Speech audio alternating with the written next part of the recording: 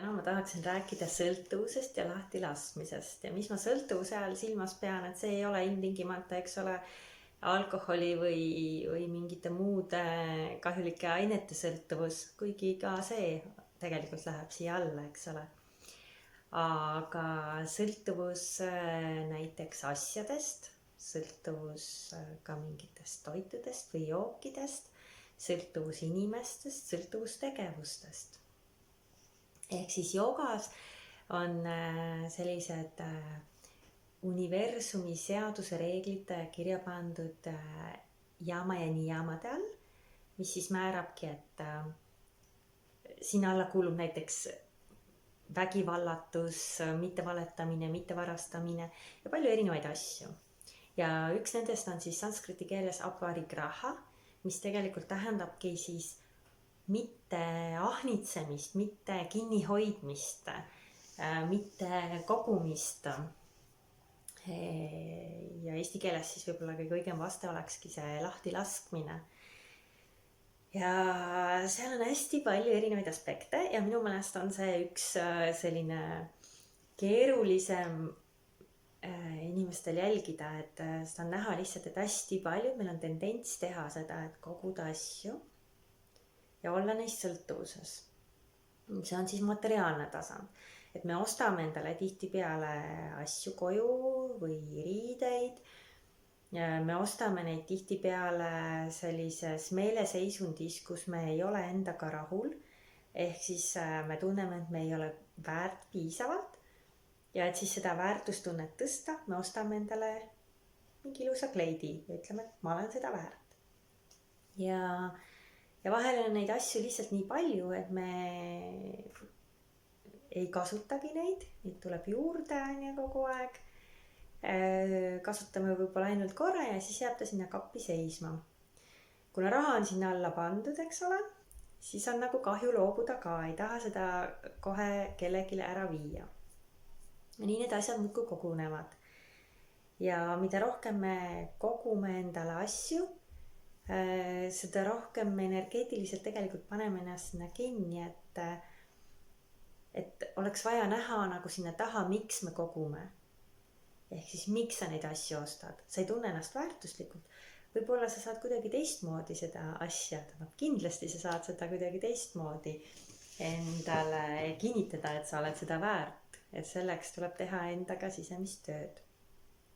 Mitte siis kuhjata endale asju. Teine asjade maailma puudutav on veel kingitused ja see on praegu jõulude peale jõule väga ajakohane kindlasti, et inimesed jätkuvalt teevad perede sees tihtipeale kingitusi üksteisele, ka täiskasvanud inimesed. Ja mida kingitusi tehes peaks arvestama, on see, et kinkija ja kingisaaja seovad ennast energeetiliselt. Ja kõigis siin maailmas peab olema tasakaal, andmine, võtmine ja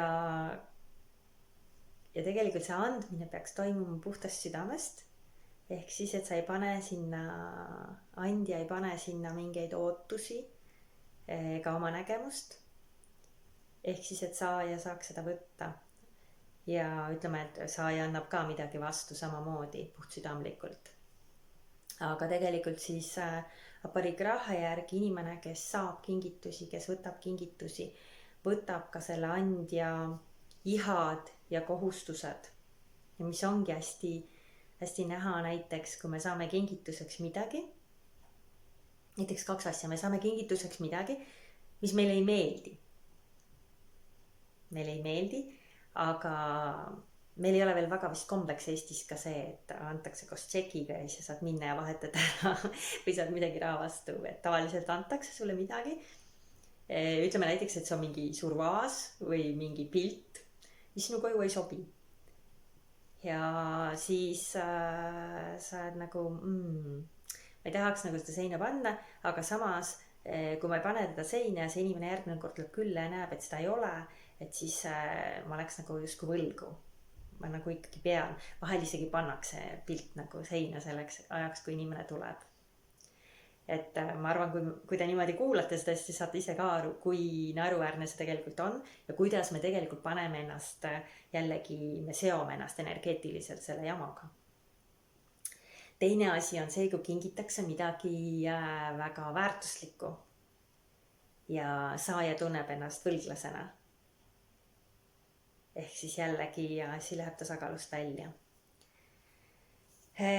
Lisaks asjadele on ju, ehk siis kokkuvõtlikult võiks öelda, et mida minimalistlikum kodu, seda parem on ja seda parem loodusele ja seda parem ka sinule endale. Või kui sa kogud sinna mingeid asju, siis see ei tähenda, eks, et sul peaks olema kole kodu või nagu koobas on ju, kus mitte midagi ei ole. Et see võib olla ilus, aga see peaks olema tehtud nagu sellise lahtilaskva emotsiooniga, ehk siis et sinu õnn või õnnetus ei sõltu sellest, kas sul on nüüd seal see uhke Pärsia vaip maas või ei ole, eks ole. Et kui midagi juhtub ja seda vaipa enam ei ole, siis sinu tasakaal ei lähe täiesti välja. Et sa oled õnnelik ka ilma selleta. Aga et noh, see on tore, et on. See nagu ei suhtu sellise kinnihoidva emotsiooniga asjadesse. Et sa võid neid vabalt anda ära ja mitte omada. Ja teine asi on siis toitude ja jookidega. Et eks sõltuvusest tihtipeale me räägime suitsetamine, mõistame hukka, eks ole, alkoholi joomine, mõistame hukka, alkoholikud, narkootikumid, mis iganes on ja loomulikult saame aru, et need on tervisele kahjulikud. Aga siis on ka mingid asjad, millest ei ole veel selgelt aru saama, kas nad on tervisele kahjulikud või kasulikud.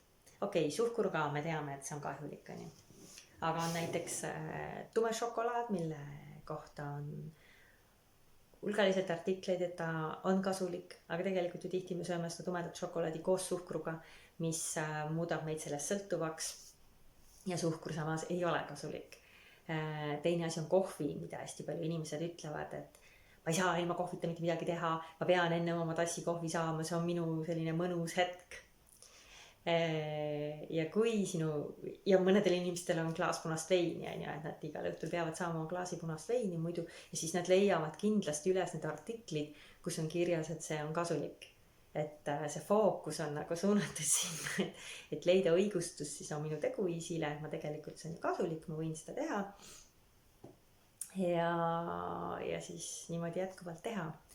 Aga kui sul seal taga on natukenegi see mõte, et oi, kui ma seda ei saa, siis umbes on disharmoonia, siis ma pean ennast nagu sundima ja see ei ole üldse mõnus ja et sinu õnn ja rahulolu jällegi sõltub sellest tassist kohvist või klaasist veinist või tükist šokolaadist, siis seal taga on sõltuvus ja sellest tuleks lahti lasta.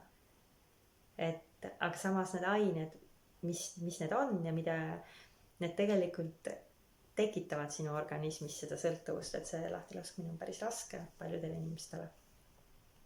Ehk siis vaata seda, et püüa mõista seda, et meie ego otsib seda õigustust, et jätkata seda sõltuvust, mis meil on. Ja kuniks meil see sõltuvus on, ei saa me olla täielikus harmoonias ja õnnetundes. Sellepärast, et me sõltume millestki välisest, mitte sellest, mis meie oleme või kes me oleme. Ma loodan, et te saite siit natuke mõtteid, mida edasi mõtiskleda ja kommenteerige, mis on teie jaoks kõige raskem sõltuvus, millest loobuda või millest te olete loobunud edukalt. Ootan teie kommentaare.